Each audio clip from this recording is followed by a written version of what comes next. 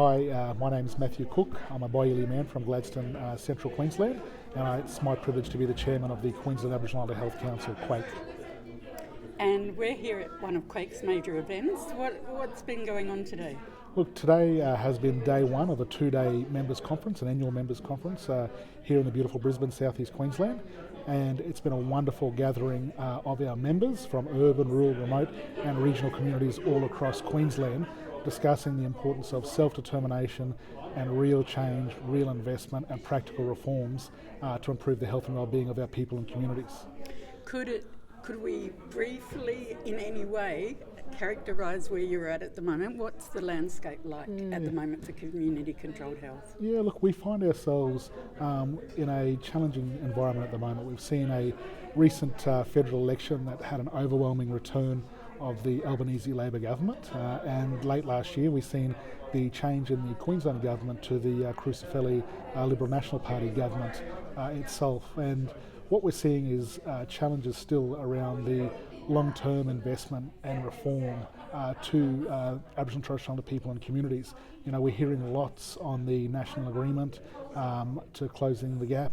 We're hearing lots about, policy efforts, but we're seeing a lack of real investment, a real change of legislative reform to actually make sure that these opportunities are lasting, that it's not simply something that's removed with the stroke of a pen by a bureaucrat or a politician, but long-term reform to closing the gap. Because at the moment, it's been expressed here in the conference today, is that closing the gap are just words to our people and communities, that those promises by government and opposition at the time to close the gap are not being realised, and that we are failing many of the indicators, because the reality is that we see either side of major politics changing the guidepost every time they're elected. And you talked about how you fully expected Peter Dutton to be Prime Minister after the last election, and then it was relief that he wasn't because of the Indigenous policies. Absolutely. Where does that leave things, though? What does the Albanese government like to do? And I know you cited Senator Pat Dodson today. Look, it was pleasing to hear former Senator Dodson come out and encourage the Albanese government to act early and to be bold in being returned to government overwhelmingly.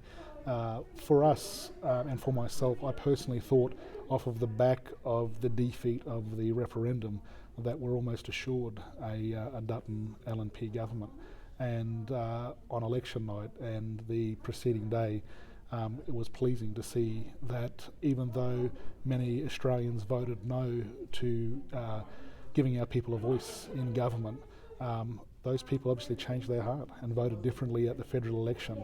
And they rejected hate, they rejected racism, they rejected the race wars and cultural wars that were being promoted by the then opposition leader, who as a consequence lost his own seat, but even Senator Price itself from the Northern Territory, that were saying things that were completely full of mistruths and very much a Trump-style type of gutter politics. It was rejected overwhelmingly, and now it is the opportunity not only for First Nations people and communities and our lead organisations, but also government, the Albanese government, to act. They can't leave it to late in the second term.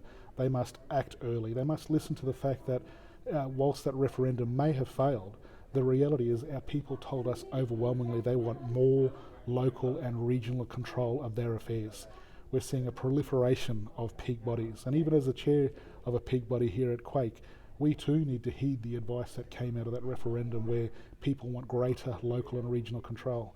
And that's the reason why we're investing in regionalisation. We've been doing it for over a decade. We're listening to our mob about getting things closer to communities, closer to the grassroots. But it's not simply just about getting the investment closer and the employment closer, but the decision making closer to our people and communities, and making sure, like people have expressed today on day one of this conference, that it's not simply about taking a cookie cutter to every Aboriginal and Torres Strait Islander population in the state of this nation, but uniquely and truly having a place-based approach. It'd be great if we could talk a little bit about the regional ones, because we saw a great showcase of the Cape and Torres Strait Islander commissioning body.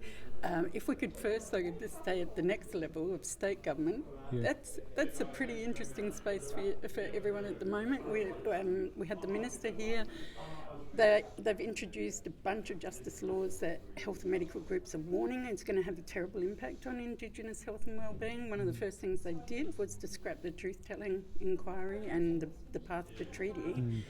What was your takeaway from having the Minister here today and the Director General, actually, of Health? Are you hopeful? Yeah. Look, as a peak body, we must work with all sides of the Parliament and all sides of government. We must work in the best interest of our people and communities, not simply one side of politics. And early in the election success of the Crucifili government, I wrote on behalf of Quake to the Premier and the Minister to acknowledge and congratulate them in forming government, but also to assure them that we as a peak body for Aboriginal and Torres Strait Islander community controlled health services in the state of Queensland were ready and willing to work with them. That we accepted that we disagreed with their decision taken on the withdrawal of the treaty process here in Queensland and the Truth-Telling Commission itself, but we still held the responsibility to work with them if we're serious about closing the gap and ensuring that they played their vital role as government.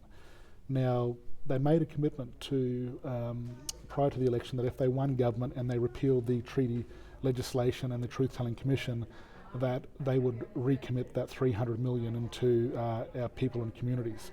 And that's still yet to fully materialise. And as I've said to others and shared in the conference today, it's important that that $300 million isn't a tidying up of the balance sheet, that it isn't simply seeing DATSIP or the responsible department, including that being led by Fiona Simpson, the responsible minister, that those funds are used to pay for expenses that would ordinarily every other day of the week be paid for by other departments. It must be about commitment above the spend of existing government departments, about investing in those initiatives and that place-based practical reform to improve health and wellbeing outcomes. It's still not completely there yet. We've seen a little indication by work done with local government, but again, they cannot use those funds to pay for what should be paid for from other parts of the Queensland government. They must work with us to co-design solutions for our communities. There was some tense exchanges in a panel discussion that did have the Director General of Queensland Health. Yeah. He's sort of contested the idea of community control. Yeah. Are you sensing a shift? Yeah, what I sense is there's a need for both the community-controlled sector to learn the language of the broader public health system, including Queensland Health and the hospital and health services here in the state of Queensland. I myself am the chair of Central Queensland Health and Hospital Service, and it's been a 5-year journey for me as a board member learning about the broader public health system here in Queensland, and 1 year now as chairman. But importantly, the reality is there's an open invitation for the Director General to learn more about our sector. We have been a movement from the grassroots of self-determination since the 70s. And the reality is community control is not talking about controlling communities or controlling any one individual. Rather, it's an assertion of our rights to self-determine our access and design of health services and human services that our people choose to access. And so I think there may be some interpretation issues around it, and I'll be gracious enough to afford that respect to the Director General in this regard, but there won't be any changes to our names or the sector itself, rather a strengthening of it and an open invitation that we're happy to educate and share with others, as we also welcome the opportunity to learn more about the broader public health system. Where there was no tension was with you meeting with colleagues from across the ditch, as you said, with Maori health leaders. Yeah. They've gone through possibly even more tumultuous period. You felt that there was an opportunity to go beyond just being at a conference together, but also sort of forging, you talked about First Nations people rising up globally against institutional racism. Yeah, look, I think reflecting on the defeat of the referendum, there are some Australians and some very right-wing conservative movement groups that are of the belief that a defeat of the referendum means a defeat of Aboriginal and Torres Strait Islander people in this country, and that we're not allowed to celebrate our culture, be it NAIDOC Week, be it Reconciliation Week, be it National Close the Gap Day, any day significant or every day of the week that we can't celebrate who we are as the world's oldest living surviving culture itself. And that's just simply not the case. Yes, there was a referendum that was sadly defeated, but it did not defeat our right to assert our human rights as First Nations people of this country. The opportunity to have Annie Jennis, Rawiti and Graham come and share with us was an opportunity to strengthen ties with other First Nations leaders around the globe, but particularly across the Tasman, to say what is it that we can do and we can learn when we see the strikes of pens by bureaucrats or acts of parliament that remove the reforms that we've fought for. How do we remain resilient? How do we continue to platform and build models of care and also investment that make sure that we can have a lessened reliance upon government, that they don't have the ability to simply step in and remove our hard-fought reforms, rather they're sustained because we've found better ways of actually making sure that we're empowered as First Nations. We're not simply living at the whim of government. I'm mindful you've been on about 72 panels today yourself, so I shouldn't keep you here too much longer. But the last session was about the Cape and York. Yeah. Health Commissioning Limited, yeah. Is that what you mean about the way forward at Absolutely. a regional, local level? Whether we're having deliberations with the Director General or others about the design and delivery of healthcare services, we're quite often talking about service delivery at the bottom of the rung itself. What the commissioning model in the Cape and Torres offers us, and I had the fortunate privilege as Chair of Quake to work across that for more than 2 years, and hearing of the lived experiences of all their respective communities. An opportunity I'll never forget. But the reality is that we had a innovation fund project approved by the former Liberal government under Greg Hunt as the former health minister, and the then Queensland Labor government to look at a commissioning model for what was essentially a large population of predominantly First Nations, Aboriginal and Torres Strait Islander people. They are the largest part of that population. They're not actually the minority, they're the majority of the Torres and Cape population itself.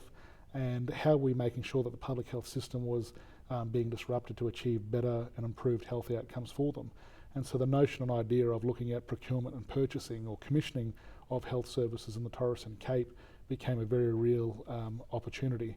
And whilst they're currently having some struggles in their early days with continuing that support of both levels of government, the reality is that we can't simply just try and affect and change things here at the grassroots when we have mechanisms like funding agreements and other that force the hand into what type of care is delivered. Rather, we need to be able to look at the way in which the federal government spends or purchases $64.5 billion worth of health care through the National Health Reform Agreement for all the hospital care in this country, or the way in which the Department of Health expends the Indigenous Australians Health Program. We currently get the smallest part of that Indigenous Australians Health Program is invested into Aboriginal and Torres Strait Islander community-controlled health services, yet we have the greatest burden in delivering care. And so getting equity of that system means that we just can't simply focus at that health service delivery level. We must too be a part of having equity around how we commission, design and procure health services with government. And it gives me great optimism that with a returned Labor government at the federal level, and Minister Butler offered for the opportunity for a First Nation schedule to be inserted into the National Health Reform Agreement late last or middle of last year itself. And so seeing them returned is an opportunity to work with it and to reflect on Minister Nichols here at a state level in Queensland today, and even with Director General Rosengreen as well, is you would have heard me quite often put forward that invitation, or the invitation that was extended by Minister Nichols to work with each other to make sure we get the best result at a Commonwealth investment here in Queensland. And so I welcome that, whether it's a National Health Reform Agreement, whether it's exploring innovative ways like the Cape and Torres Health Commissioning Model. These are the things that we must partner with government on if we're truly to change this trajectory of closing the gap by 2032. We know we're not on track, and we can't afford just to do effort that is based on the population. If we're well behind, we must have concerted and multiplied effort by all levels of government if we're fair dinkum about meeting that promise made by both sides some time ago. I feel like you've said that for a few years, Matt. It's not hey, it's been said a few times. We just want to make sure we're not getting in bloody, little pipe dreams and echo chambers itself. We've got to truly make sure we're finding ways to get government to be held accountable. Thank you very much. Yeah. Is there anything you'd like to say, particularly to the mainstream health sector? Or Yeah, it's I think, reflecting also on the opportunities that come with that National Health Reform Agreement, there's an opportunity irrespective of what either the state or federal government do. We welcome the opportunity to partner and work with them. But here in the state of Queensland, there's also the opportunity for those 16 hospital and health services to also show some leadership and reach across the divide and work direct with community-controlled health services to stand up solutions that sit within the current rules of that National Health Reform Agreement, whilst we also work together to explore ways to get the best possible deal for all Queenslanders in the new National Health Reform Agreement. Fantastic. Thank you very much. Yeah, you're welcome.